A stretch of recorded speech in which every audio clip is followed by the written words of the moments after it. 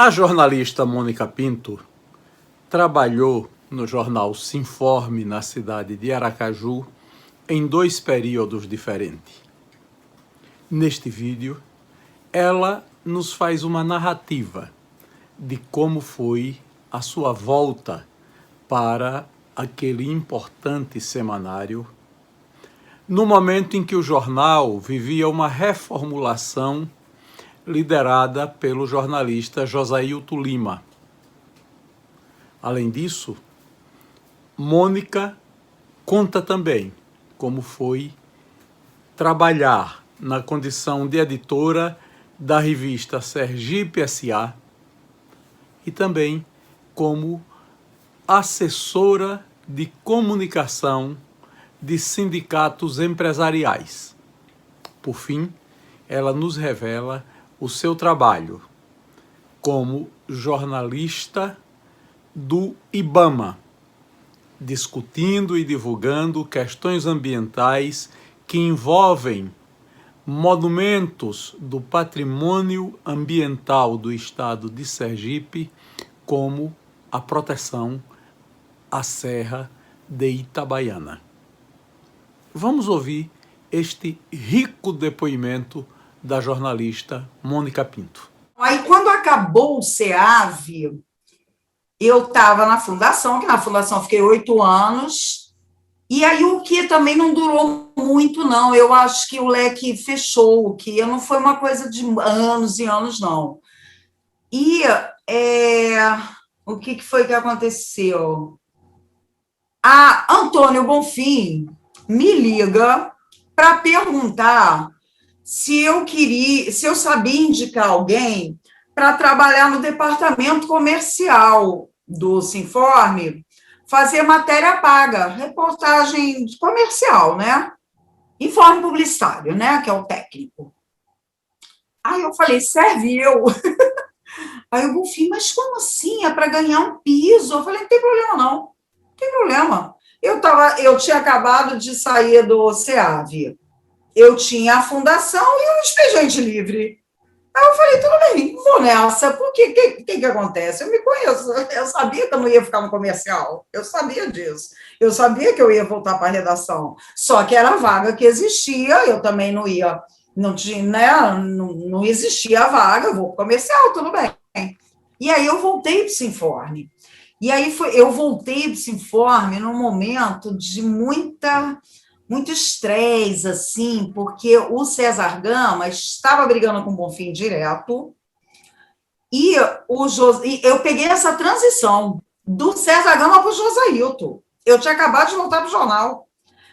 Foi mal, inclusive a minha ida para o jornal, depois eu fui descobrir, deu a maior confusão. Só que as pessoas me conheciam, não me trataram mal.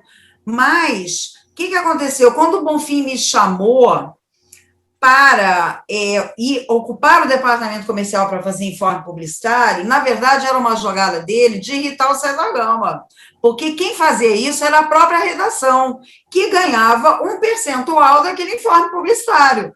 Então, o jornalista tinha lá que fazer um informe publicitário, quanto que foi essa página? Foi tanto. X%, ó, que eu não me lembro quanto era do jornalista que redigiu. Não é nada, dava um rendimento extra para as pessoas. E aí, quando o Bonfim me chamou para fazer só isso, acabou isso tudo para o pessoal da redação. E eu não sabia, porque ele me chamou para fazer matéria paga. Eu falei, beleza.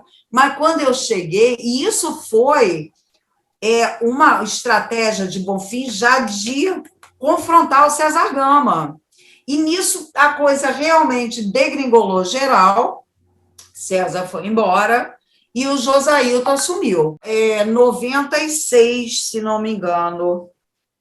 Deixa eu dar uma olhada aqui, ó. Fundação Augusto Franco. Não. Eu acho que foi a minha volta para o Sinforme foi em 89, a primeira vez. Aí eu saí da Expressão em setembro de 95, lá do SEAV. Em 2 de outubro de 95, eu estava no Sinforme, entendeu? O Bonfim me ligou, eu estava exatamente assinando a minha rescisão com a Expressão. Falei, vou nessa, vou ficar à toa para quê? E aí, Josailton, já editor, já o César Gama fora, poucos, eu devia ter 2 meses que eu tinha voltado para o Sinforme. O Josailton, já editor, me chamou para cobrir as férias de alguém, que eu não me lembro quem era, que ia tirar férias, e ele me chamou para ir para a redação para cobrir essas férias. E aí, eu fiz um trabalho bem bacana, assim. Você sabe quem que ficou encantado com o meu trabalho? Paulo Fernando Teles Moraes.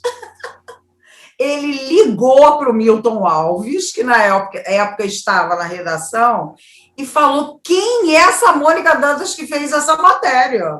Até o Milton, que é muito, muito jocoso, né? Muito jocoso, ele ficou mexendo comigo, dizendo que Paulo estava apaixonado por mim. Imagina, não era nada disso. Só que Paulo não tinha se dado conta do meu trabalho como jornalista da primeira vez. Não sei por quê, porque tinha anos já, mas nesse meu retorno à redação do Sinforme, ele foi uma das pessoas que assim ficou encantado com a qualidade do meu texto.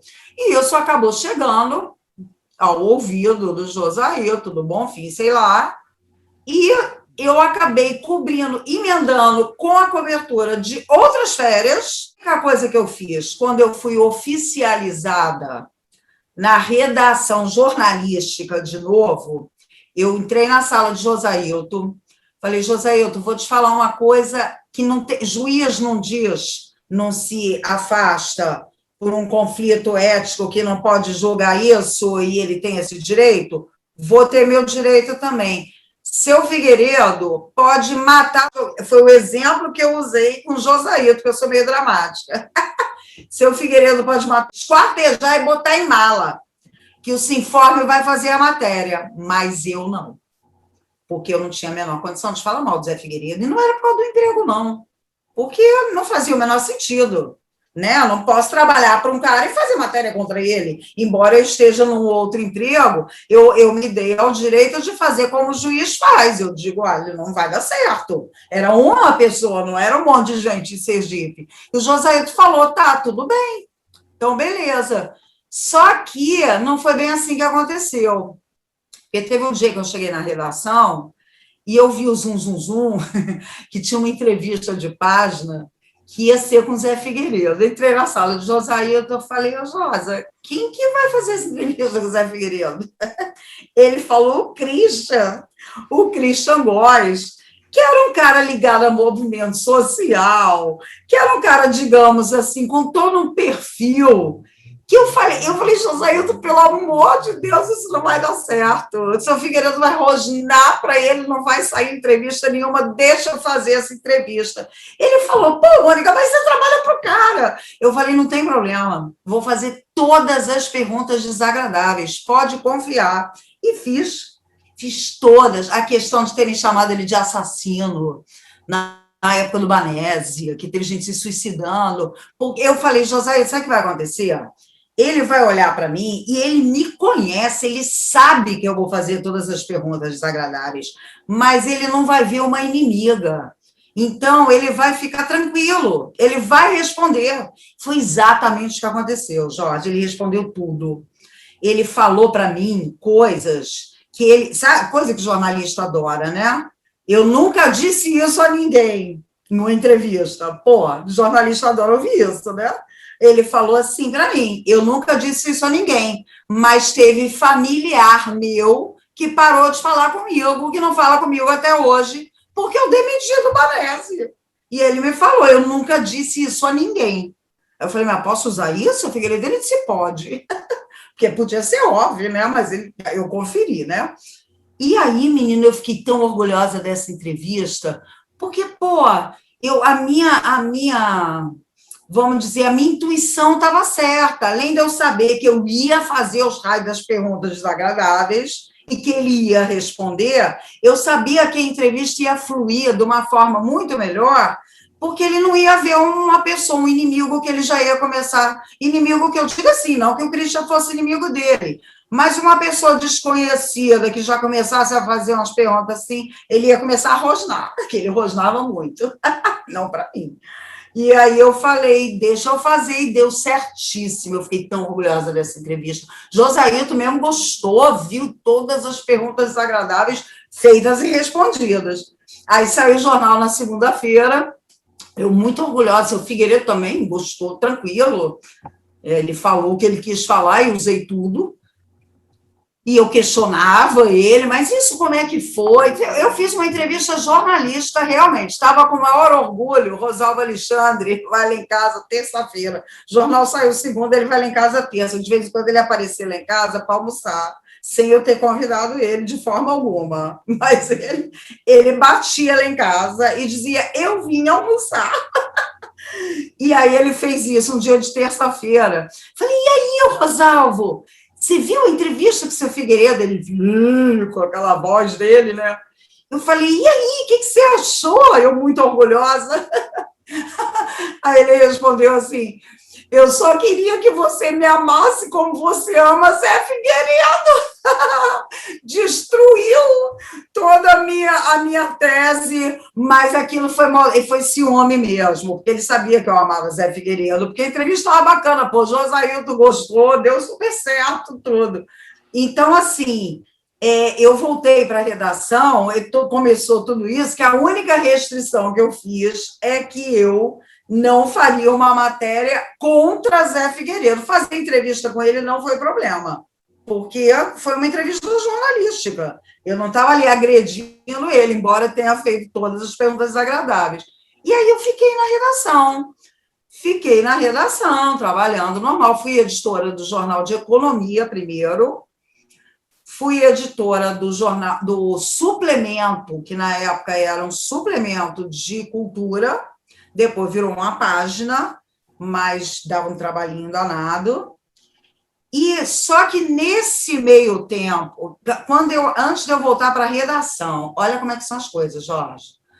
Eu fazendo matéria, a gente falei isso já, né? Eu fazendo matéria comercial, me incumbem a Multiserve para fazer uma matéria sobre a franquia Manpower, que a Multiserve tinha acabado de adotar lá em Sergipe, e que me virou, tipo, 2 meses depois, a editoria da revista Sergipe S.A. De tanto que Fernando Carvalho gostou, dono da Multiserve, que na época eu tive mais contato com ele, nem tive contato com o Laércio, nem conheci o Laércio. No dia que eu fui lá fazer essa entrevista, ele não estava na empresa, me rendeu a editoria de uma revista. Quer dizer, se eu não tivesse aceitado esse trabalho, se eu dissesse, não, um piso é pouco, vou tentar outra coisa. Eu falei, pô, eu estou assinando uma rescisão, o cara me liga pedindo uma indicação, eu vou nessa. Eu achei aquilo muito, assim, muito simbólico, entendeu? E aí, isso, se eu não tivesse ido, todo o meu caminho teria sido diferente, porque foi essa matéria do departamento comercial que me levou a ser editora da revista Sergipe S.A. Aí foi de 95 a 2002. Eu não estou conseguindo ver aqui qual que é o mês, mas foi 2002, porque o mês está por cima da assinatura de Bonfim. 7 anos, praticamente, pode ter sido um pouco menos. Quando o Fernando me chamou, em dezembro de 1999, para editar a Sergipe S.A., eu pedi demissão da fundação. Foi aonde eu tive coragem, eu falei, agora não dá mais. E aí eu fui, assim, sangrando por todos os poros, pedir demissão a seu Figueiredo, e aí ele, não, tá bom. Aí olhou para Eleusa, a secretária, fez, Eleusa, paga tudo que der para pagar para ela. Aí eu falei, gente, foi tão fácil para ele. Eu aqui sofrendo tanto, e para ele foi tão fácil. Mas de boas, eu fiquei feliz que foi bom para ele também. Eu só esperava que ele ficasse assim, um pouco mais transtornado, não, mas na verdade, eu ia lá direto, né? Eu vivia lá, de qualquer forma, eu estava sempre com ele.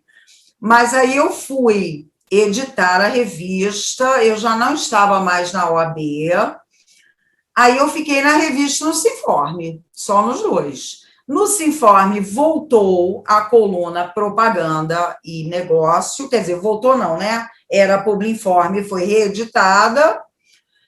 E na revista eu nunca tive uma coluna.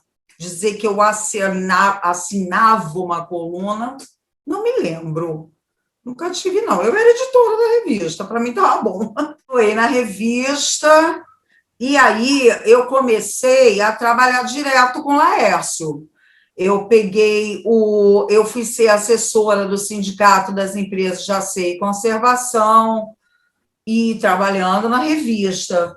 Agora, deixa eu ver aqui ó, se teve mais alguma coisa, porque eu fico meio perdida, eu fiz tanta coisa na vida.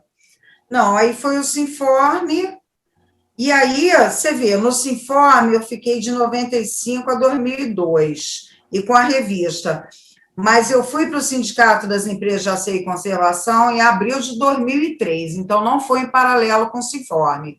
Ficou o Sinforme e a revista.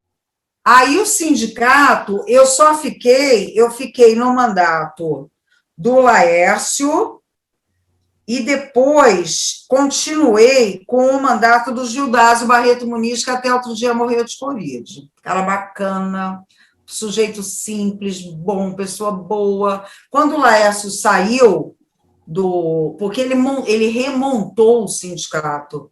Esse sindicato ele tinha existido, acabou se acabando, não existindo mais. Ele reativou esse sindicato, o pessoal botou ele de presidente, porque ele que tinha reativado, e quando foi a hora de acabar o mandato de 2 anos dele, ele também aclamaram o sucessor dele, que era o vice dele, não teve nem eleição, porque realmente estava a coisa ainda meio em reconstrução mesmo, e eu continuei com o Gildásio como assessora. Mas era um trabalho assim, bastante simples, porque eu ia lá de vez em quando, eu fazia o jornalzinho deles, era mais um jornalzinho deles, e não era nem um piso que eu ganhava, eu acho, porque eu não cumpria nem expediente, mas era uma coisa ali de dar uma contribuição também. E aí, eventualmente, fazia alguma coisa para o Laércio também, fazia alguma coisa para a Multiserve por fora, mas fiquei com a revista e com o sindicato, e depois acho que eu fiquei um bom tempo só com a revista, e depois eu fiquei com a revista e com o IBAMA. O Rosalvo me indicou para o Márcio Macedo. Márcio Macedo perguntou a ele se ele conhecia uma pessoa que pudesse trabalhar com ele, que o Rosalvo achasse que ia dar liga. E aí o Rosalvo me disse, e eu nunca esqueci isso, eu fiquei muito grata, que ele falou assim, eu tenho a pessoa perfeita para você, vocês vão se adorar imediatamente, e você vai ter mais do que uma ótima assessora de comunicação, você vai ter uma pessoa engajada na causa ambiental. E, pô, com uma apresentação dessa, o Márcio me recebeu. E aí, o Márcio Macedo me disse uma coisa que eu nunca esquecia e que eu fiquei, assim, honradíssima. Ele disse assim, Mônica, eu estou felicíssima que você vem para cá, porque eu acho você e Luiz Eduardo Costa os melhores textos de Sergipe. Ai, Jorge, uma pessoa ouvir isso, que alegria. Aí eu falei, nossa, que beleza, então. Só que teve todo aquele rolo de eu não poder ser contratada diretamente e eu ter que fazer por esse viés do Programa das Nações Unidas para o Desenvolvimento, que, por um lado, foi muito bom, porque eu tenho como colocar isso no currículo, e ter trabalhado para a ONU não é pouca coisa, mas eu tinha que fazer os produtos que, para eu receber, eu tinha que entregar, e era nível PNUD. Então, eu me esfalfava, assim. Mas foi muito interessante, porque a gente teve questões muito boas, assim, de trabalhar, como a criação da Mata do Junco, lá, que virou reserva, né? A finalizar ou botar para andar mais, porque eu não sei se terminaram isso até hoje, da Serra de Itabaiana virar patrimônio realmente preservado. E teve uma questão muito interessante no IBAMA, porque o Márcio, a gente foi ficando muito amigo. E aí, o que acontecia? Eu ia lá trabalhar, não ia todo dia, não cumpria expediente, mas o que acontecia? Às vezes ele ia lá em casa. E a gente sentava e tomava uma cerveja e traçava uma estratégia. Mas era dentro da minha casa, fora do horário do expediente. Ficamos amigos, rolava isso. E aí, teve um dia que ele falou assim, Mônica, era a transposição de São Francisco, que estava um maior rolo, porque Sergipe mesmo era contra, porque o Rio, que doente não doa sangue, que era a grande coisa que rolava, né? Um rio agonizante não podia doar sua água, e o PT queria fazer, e ele, né, era petista, né? Ele era, né, muito petista, ele era da cúpula petista. Então, ele ficou entre um kit e dois fervendo, porque ele dizia, aí ele chegou para mim e falou, ele me ligou e falou, Mônica, eu preciso conversar demais contigo, porque eu preciso sair disso com a minha cabeça em cima do pescoço. Aí eu falei assim, o que eu faço? Encho a geladeira de cerveja? Foi a pergunta que eu fiz a ele. Ele foi lá para casa. Jorge, foi muito bom, porque eu tenho meus orgulhozinhos, né? Eu mandei muito bem. Eu falei, sabe o que você vai fazer? O IBAMA daqui não faz nada. Quem vai fazer é o IBAMA Nacional. Você vai ficar quieto, porque mandaram uma pessoa para cuidar da audiência pública em Sergipe sobre isso, que era o que estava preocupando ele, porque o que ele ia fazer, né? Ele tinha dois senhores e qual que ele ia servir, né? Aí eu falei, você tira seu corpo da reta, você pega esse cara que chamaram para ajudar na comunicação do IBAMA Nacional, quem vai convocar a imprensa é este cara. Não vai ser o IBAMA Sergipe, vai ser o IBAMA Nacional. Você vai tentar ficar neutro nessa história o máximo que você puder. E deu certo. A gente achava que depois, quer dizer, a preocupação dele era que depois dessa audiência ele tomasse pau geral, e não aconteceu. Por quê? Porque ficou muito claro com essa estratégia que a decisão não era necas dele, entendeu? Não tinha nada a ver com ele essa decisão. Que o IBAMA em Sergipe não era maior do que o IBAMA, né, central. Então, ficou muito claro com essa operação e ele saiu com a cabeça em cima do pescoço.